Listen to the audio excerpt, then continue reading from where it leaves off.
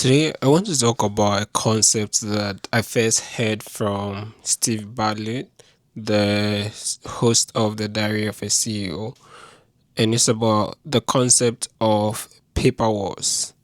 And trust me, as I said, he's the first person that I heard say this out loud and explain it, and he used an example from his life, and that lesson has gone a long way to help me this past couple of months.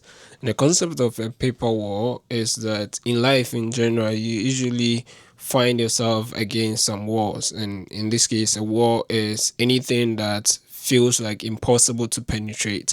So any situation at all that you come across that feels impossible or there is no way out, this is how it is done, we can't do anything about it, those specific situations, it turns out that most times some of these walls are just made out of paper. And even though we are saying this figuratively, but think about it, if a wall is made up of paper, you can easily push through it and there's a way. So that wall that is blocking you, that you think there is no way out, there's possibly a way out. And unfortunately for us, for most of us, the reason, even though we have paper walls but we do not see it as such, is because we never push against it. Like, we accept the wall as it is. For as long as they told us that, oh, this can't be done, we accept that it can't be done, and we never ask for more or ask or try to figure out why it can't be done. So, having learned that concept from Steve Barley, I started applying it to my own life, and I've seen tremendous results. Where, when situations demand that, oh, this is how it has always been done, I begin asking the question of, but why? And why can't this be done? Or, okay, let me just push back a bit. Sometimes it's a bit tricky. Like, I know that in a particular situation, the usual me would say, okay, let it slide, don't worry, maybe next time. But now, having that at the back of my mind, knowing that some of these wars are just paper wars, sometimes I'm like, okay, let me just ask. I mean, well, would it hurt? Would it hurt to ask or inquire why it's such? And almost every single time that I've pushed on something, I've gotten the result. And it's surprising, like, every single time. So it's making me ask myself the question of what opportunities have I lost just because I didn't ask. I'm the type of person that is quiet, humble, never want to be a disturbance to anyone. So if somebody said, oh, that's how it's been done, I would usually say, okay, then I'll let it slide. But learning about this principle of paper walls has changed how I operate. And anytime something is table stakes for me, anytime something is important to me, now I want to push back, especially if the downside of it is not like completely nothing.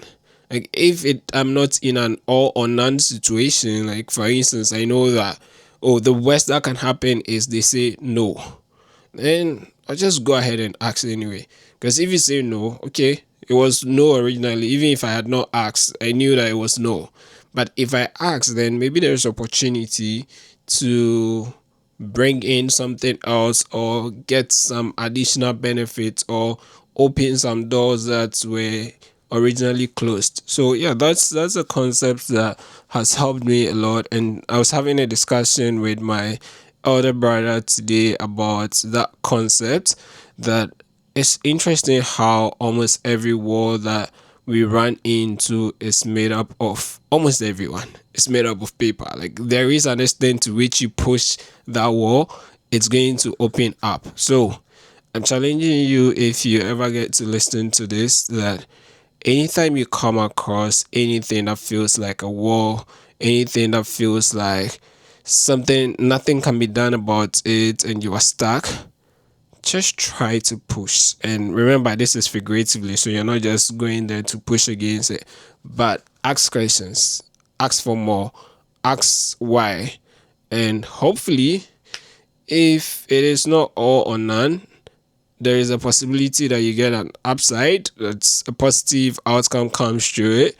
Or if nothing, then you still stay where you were, right? But in doing that, you also have to be diplomatic about it. When you're asking, you don't want to come off as being rude and being arrogant or showing some form of pride, like, oh, I deserve this. No, but you want to play it nicely such that even if it is a no at the end of the day, you still keep your face, like you still have or keep that relationship, because a lot of the time the reason relationship break is because somebody is too pride or proud of about themselves and looking down on someone else. And yeah, sometimes the way you communicate this, especially when you feel that no, there's no way this wall is like brick wall that cannot be broken through. In fact, even brick walls, if you put enough force, you'll be able to break through. But if you anticipate that there's a possibility that whatever problem you're facing, whatever challenge that is ahead of you right now, is potentially a paper wall that you can push against, just find a very nice way to push against it and see if something else comes up for you. Another thing that I wanted to reflect on is my own life and the purpose. Like, a lot of us go through life asking this particular question: what's the purpose of my life? Like, what's the essence? And I think that most of us are just going around and searching for purpose. One, I think it's a good thing, but yeah, sometimes I know sometimes purpose finds you, sometimes you find it, but most times you just give yourself a purpose. Yeah, I mean, who says you cannot give yourself a purpose? So for me, I have, as long as I can remember, like I've always love the idea of helping people, and I've always said it, like right from when I was very very young. I remember my parents used to say to me that when I become a doctor, I'm going to use all my money to treat my patients and not make any money. And they used to laugh at me about it, but I remember as a child I was worried about why doctors, or I mean healthcare professionals, will decide not to give care to somebody because they do not have money. Like, I couldn't understand all of that. Now I understand the word better. Now I've worked on the word for some time and I know how impractical some of these things are, especially when you don't have a lot of money yourself. So for as long as I can remember, it has always been my mission to help people, and I've always done that. Like, I've gone through all my way, like out of my way to help as many people as I can. And I remember even throughout undergraduate studies, every single time that I went through something that I'll consider difficult, challenging, like this is a trouble, this is something that I had to struggle to get through, I never wanted the people who were coming after me to ever go through that same trouble. So I'd begin thinking about what solutions can we put in place so that these people don't go through it.